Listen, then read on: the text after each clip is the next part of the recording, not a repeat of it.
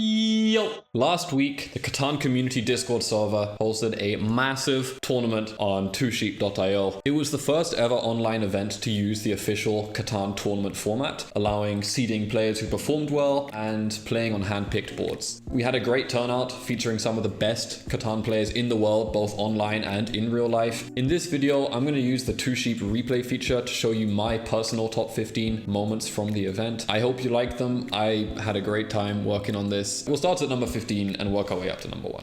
Starting off the list at number 15, we have a fantastic game played in round 1 of the first qualifier. This game, you can see all players were in a pretty similar position, around 4 points, until Black, the only player without any ore, plays a massive ore monopoly, building 2 cities and catapulting them into the lead. Black advances further towards the win, buying a development card that appears not to be a knight, and building another road. Black then settles for 7 points, meaning that one road could win them the game. You're probably thinking Black just wins here, and we celebrate the double city mono play and move on. You'd be wrong. Orange takes largest army, blocks the 5 wheat, settles, buys a development card, which is a victory point, and they go from 4 points to 8 points in one turn. They then trade Teal the road play. Black can still just build 2 roads to take longest road, and if that's a victory point, it's still game over. This doesn't change much, but it's a start. Close, but not quite. Black builds 1 road, and they're a card off taking longest road entirely. Orange now plays a knight, blocks the 5 wheat, and the 2 rolls. Disaster. Worst case scenario. Orange then pulls a development card, and it's another victory point. Unbelievable. Now at 9 points, just needing a city or another victory point to win, Orange is very close. Can they actually survive against Black here? Black now reveals that their development card is a Year of Plenty, and they play it to build a city for 8 points, now very clearly showing that one road will win the game for them. Orange knows at this point that there are at least 2 victory points left in the deck. With that in mind, they do go for another development card and get a Year of Plenty, which is not bad in this spot. Getting 2 wheat, which you don't produce, may just be enough to save the game. However, Teal does see that Orange misses the pull to win. They don't get the development card, the victory point, so they go for one of their own, and they do get it, and that's 9 points with an open settlement. I mean, literally, Teal is 1 card off the win here. Now, to add to the list of surprises, we then see Blue actually 7 out on their turn and take road, also putting them at 8 points with 2 open settlements to win. Now, immediately afterwards, Orange rolls a 7 with a sheep, a wheat, or an ore being the win here. They hit Teal, they get an ore, and that is in fact the game. I love games like this where players don't give up. GG. Coming in at number 14, we have a very exciting game from none other than Peng, United States national champion, world semi-finalist, playing as green here.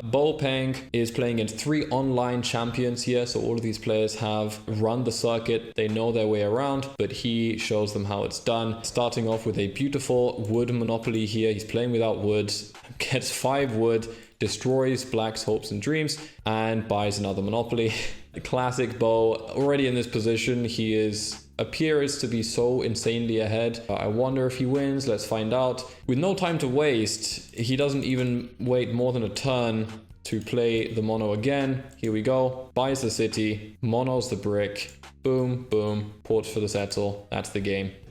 Absolutely crushed this table. Back-to-back monopolies, you'll have to see it. Not a very close game, but pretty exciting to watch, I'm sure you'll agree. Now, number 13 in the list begins quite close to the end. Teal is already on 7 points, just 1 road and 1 settlement away from winning the game. But again, I wouldn't be showing you if there wasn't more to this. It's now Purple's turn, and they take road and buy a development card for 9 points. Now here, Red takes army, putting them on 6 points, buys another development card, which gives them a road builder. On the next turn, Red plays a massive sheep monopoly, buying another development card and gets a victory point, that's 7 points. Buys another development card, that's a monopoly. Now Teal buys a knight, threatening to permanently lock largest army, but there might not be time for that because Purple has winning rolls. Only the 10 wins the game and they miss it and they just extend. Red doesn't really have much to do here, so they just play a road builder and pass. As expected, Teal does lock up largest army, relegating red down to 5 points and putting themselves back up to 7 with an open settle for 8 with an open settle for 9.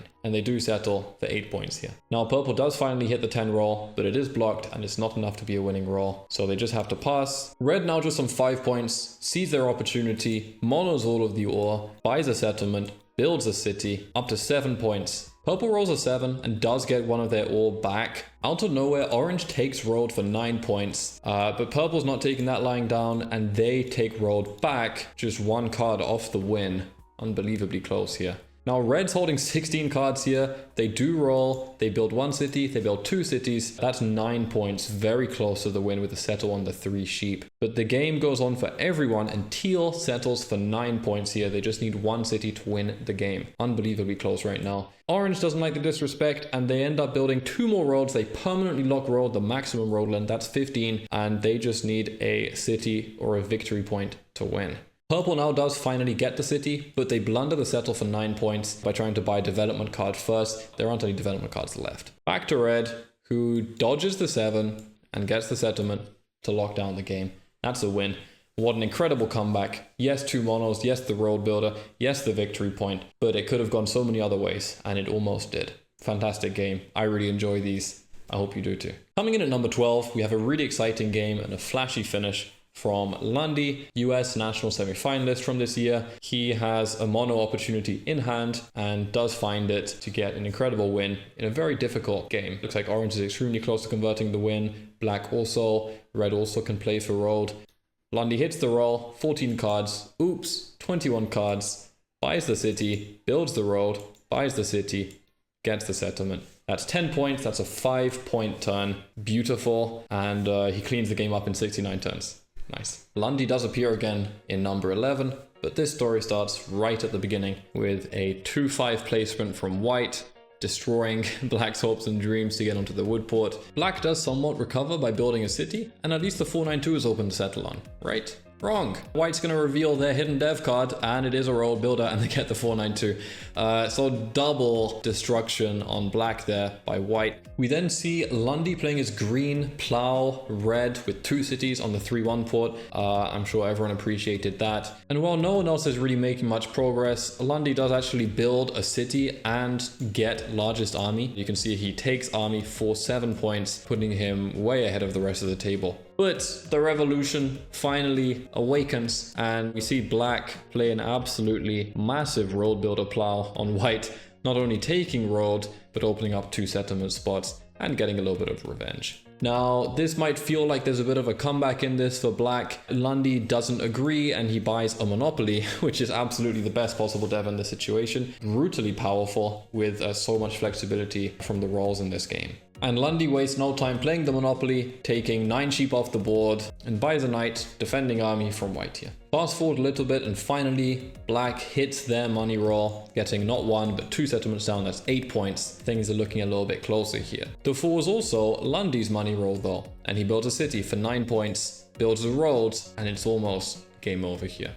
Now Ryan, extremely close to losing, goes for a development card, gets a monopoly, absolutely incredible in this position. And black does put the monopoly to good use, playing it on the next turn, setting up for a city, taking cards away from Lundy, and that's 9 points with a city or a road settle to win the game. Interestingly, white now takes largest army from Lundy, putting them up to 7 points, and they do actually have the potential to build 2 roads here to take longest road for 9. They choose not to do this, not necessarily a bad decision, but this is then followed by red, also in a position to take road, actively choosing not to do that. This ends up being a losing play as Ryan does keep road and is able to 7 out, almost not get the point, steals the wheat, gets the road settled down, and that's the game. Not necessarily the best played endgame, but entertaining nonetheless. I honestly didn't think that black had a comeback here, so always fun to see. Number 10 starts right at the end of the game with a player on 9 points and a settle to win. Obviously we're looking at yellow here, Shoto, who's extremely close to winning the game, but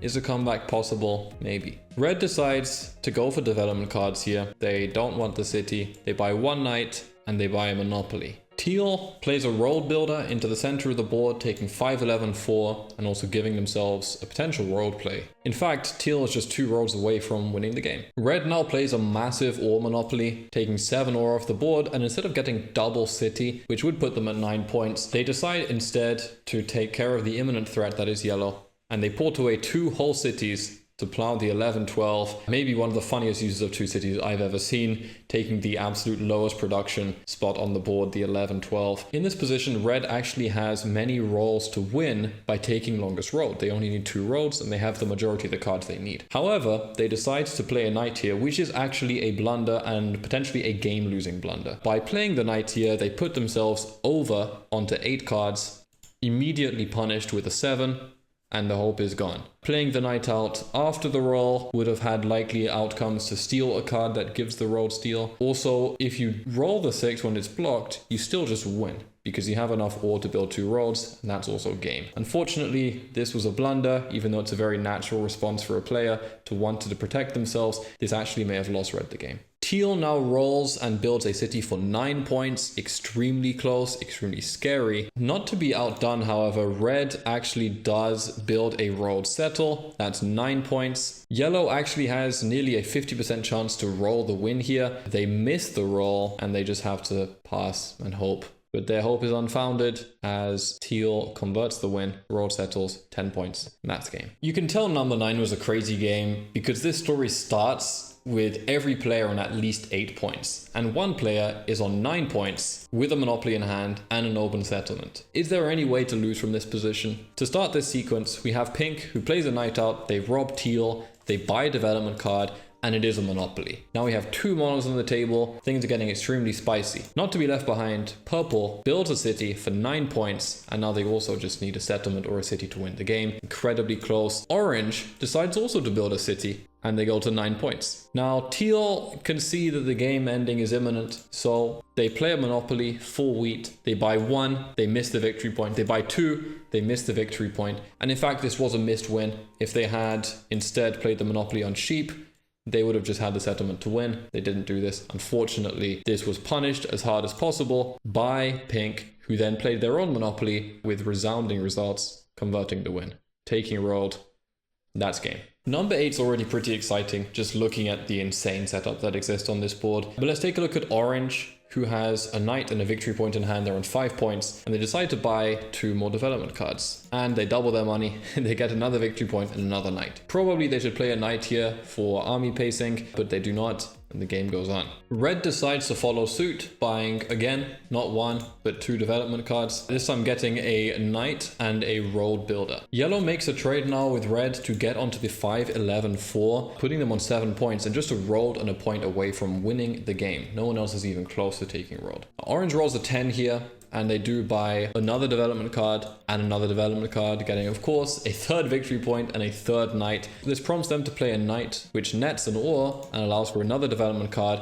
And you wouldn't believe it, but it's a 4th victory point. That's just incredible. 6 development cards in hand. 4 of those are hidden points. Now, if red doesn't have a knight here or forgets to play it, this is just automatically the win for orange. Hence the reason why playing a knight earlier for pacing would have been so significant, because they would have already won. However, red does have a knight, and they do play it. They go up to 6 points, they buy another development card, and it's a monopoly. Not to be left behind, yellow now takes road for 9 points, putting them so close to the win. Orange has another 2 development cards in hand. Probably they buy them. Yes, they do. There's a knight and a year of plenty. Again, they play the knight. Again, they tried to get pacing on red, but red does have the knight. They play it out, they hit yellow again, and a huge 10 rolls, and now red's looking at quite a nice hand here. They do in fact build the city on the 6-9-5, very strong, and they start building towards the ore port. Orange makes a fatal mistake here, actually playing the year of plenty instead of the knight. This leaves them too far behind on playing for army in a position where yellow and red are both potentially extremely close to winning. This mismanagement of knights actually ends up costing orange the game. Now red has absolutely no worries in the world. As you can now see, they roll and have a huge brick monopoly, which allows them to roll,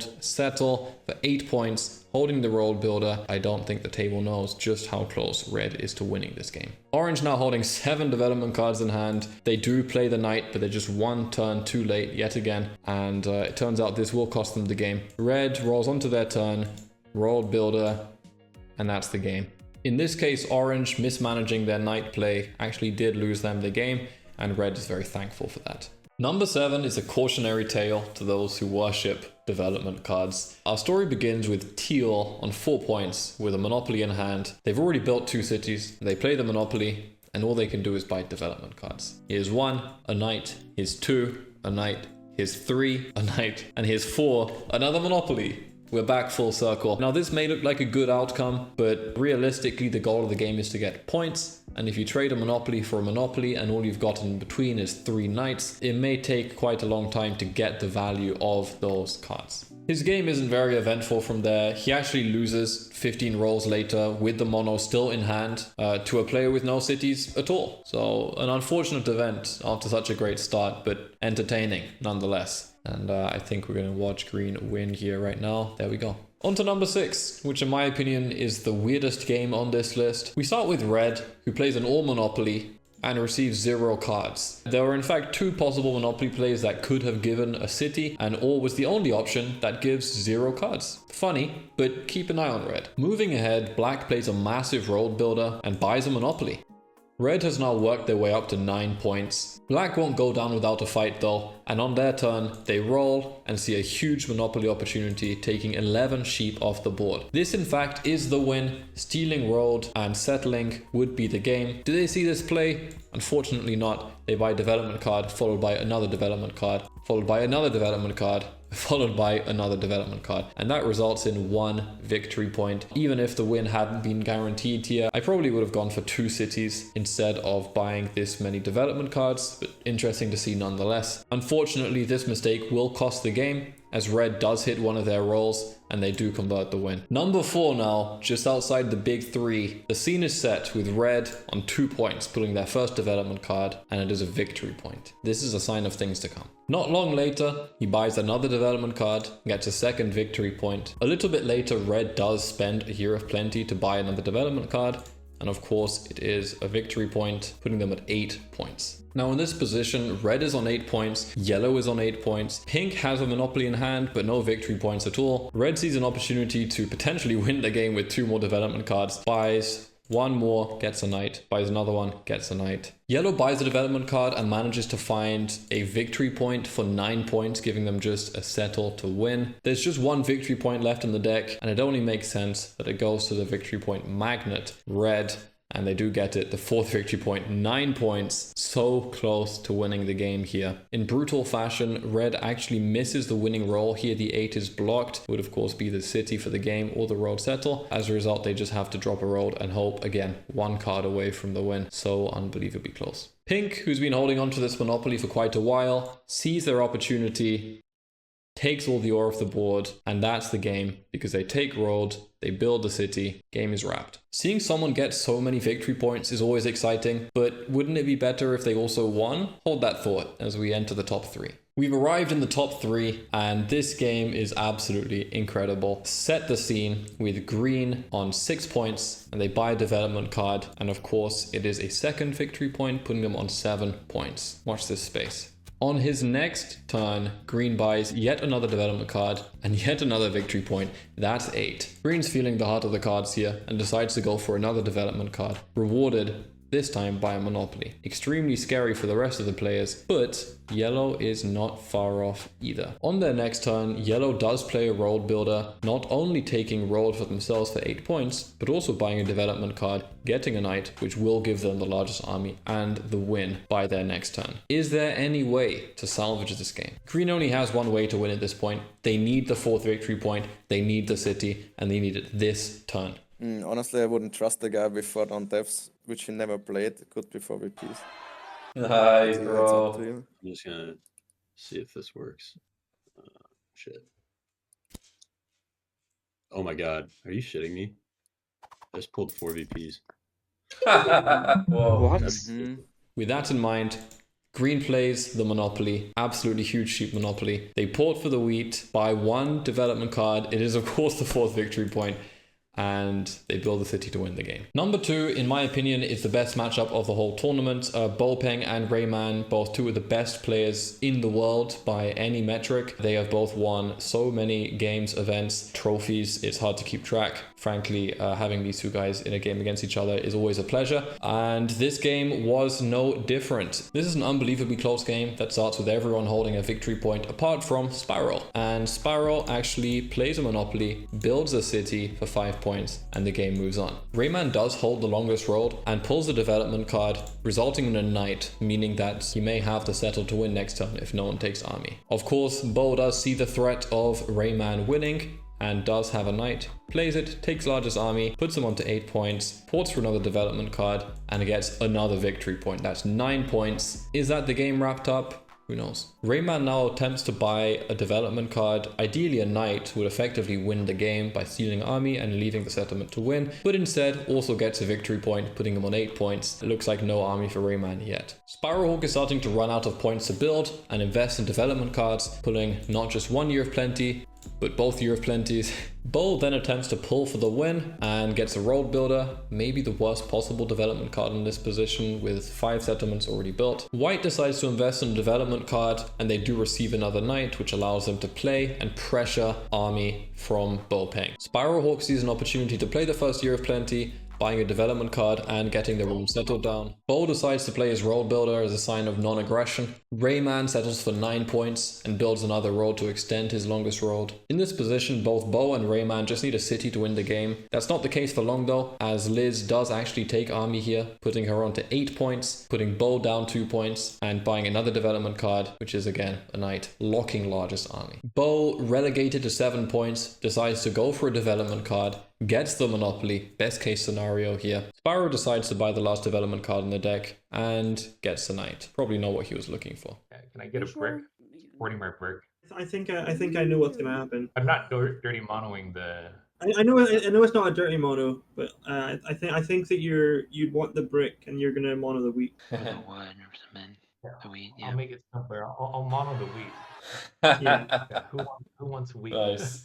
With no time to waste, Bo launches a massive wheat monopoly, taking 10 wheat off the board, building a city, building a settlement, and he's back up to 9 points just like that, with even more production than before. Spiralhawk now builds a city for 8 points and is only able to win the game by stealing road. There are no settlement spots left, there are not enough city spots left, there are no victory points left in the development deck. This final sequence is absolutely insane, so keep your eyes peeled. We see Liz building a city for 9 points, putting her extremely close to the win. Spiral sees what's going on, does the same, buys a city for 9 points. Bo on 9 points, exactly 1 card off the win, painfully close, has to pass, and finally Rayman, holding exactly the city he needs in hand, 7s out the table, gets the city, and that's game. 10-9-9-9, as close as the game could be, 95 turns. This game was a marathon for everyone involved, and incredible to watch from a competitive standpoint. For the number 1 spot on this list, it only makes sense to me to show the highest stakes game so far, played by some familiar faces from this list already. This game is special for a number of reasons, but to me the weirdest thing is that nobody bought a development card for the first 40 rolls of the game. All players were on exactly 5 points until It's Teto playing as orange breaks through, getting a 6th point and threatening road, also with a knight in hand. Very scary position to be playing against. Is there any way to counter this? Maybe. After hitting some incredible rolls, just 1 turn later, Teto has a city in hand and is able to go up to 7 points, just 1 road and a point away from going straight to the finals. Now Red, still on a humble 5 points, actually buys a development card, goes up to 6. Teto decides to actually go for the kill and takes longest road here. A road and a settle will be the game. However, Teto won't be on 9 for long, as Saint Warrior, playing as yellow, makes the road connection a convincing road defense and opens up some breathing room for the rest of the table. Red now buys 2 more development cards, picking up a road builder and another victory point, putting them on 7 points. Spiral, playing as blue, is tired of waiting around, plays a massive wood monopoly, builds a city on the 8-4-10, builds the road connect, which I personally think is a little wasteful, unnecessary maybe even. Saint Warrior now plays a knight and settles for 8 points, just 1 knight away from winning the game. Maybe that's familiar from number 3. Now Teto's been keeping quiet until until now, but he's back and he builds roads and he takes road back. Very scary, even more convincing road play than before, and the settlement to win makes things very messy for the table. Spiralhawk now buys a third knight, securing army for now. Saint Warrior now gets a trade from the table to take road back, and exactly that he does do, back up to 8 points. Sparrowhawk plays a knight, goes up to 8 points, and secures a road settle for 9, nail biting at this point. Not to be kept down, Teto actually rolls, builds a settlement for 8 points. On his next turn, Teto buys a development card, gets a victory point, that's 9. So now 9 points are locked for Teto, but he's as close to winning as he's been for the last 30 turns. This is a very high stress situation to be in. Sparrowhawk actually has an opportunity to buy a development card for the win. Does he get the victory point? He doesn't. Does secure army though. Saint Warrior then settles for 9 points. Red goes for another victory point, and they do get it. That's 8 points. They play the road builder route, opening up 2 settlement spots. At this point, it's anybody's game. This is unbelievably close. Spyro gets another opportunity to buy the victory point to win the game, and he does not get it, but gets a Year of Plenty, which at this point is also effectively the win, should he make it back to his next turn. All right. Well, this game should end really any second now. This is extremely close. It doesn't look like Spyro's losing road army anytime soon. I think someone would actually have 3 VPs. Spyro did actually take this 6-9-3 instead of the 9-4-3, which is extremely strong. Obviously, you can see Spyro might have the win here, but Teto, he's dropping a perfect city to the card. Is that it? Is that a final? It is a final. Oh, it's Teto. It's just earned himself 35 bucks. Going to the final with Rodao, 10-9-9-8. Now, Teto has 5 winning rolls here, and he does hit one of them, allowing him to convert the win for 10 points, securing a spot in the finals. And that game is an incredible match, which I will highlight separately from this video. To wrap up the list, here are some honorable mentions that didn't quite make the cut. Blue got 5 points in 1 turn and ended with 0 cards to win the game. Green, who won the game with only 4 settlements. Black, who won the game with only 4 cities. Pink, who won the game starting with only 3 resources. Blue, who lost the game with 2 monopolies in hand. And finally Teal, who played 1 massive monopoly in their semi-final game, ended up winning as well. Now, speaking of the finals, and yes, there was more than one, there are in fact 2 finals, I'm going to be releasing separate videos covering each of those, as well as my own tournament run, which was quite eventful to say the least. I've linked all of the replays for the games I showed today in the description. You can go and check those out and look through them yourself. You can see how many cards everyone had. If you would like to see your game featured in a video just like this, all you have to do is play a game on twosheep.io, post the replay link down in the comments, and I'll get back to you. We also have a dedicated replay review channel in the Two Sheep Discord, also going to link that down below, so you can leave your links there and talk to other people about their games. Thank you so much for watching. I hope you enjoyed. I'm very much looking forward to making more content like this. If you'd like to see more content like this, please let me know. It took a certain amount of work, of course, for me to put all of this together, but I really enjoyed it, and I hope that this is something that you would like to see more of.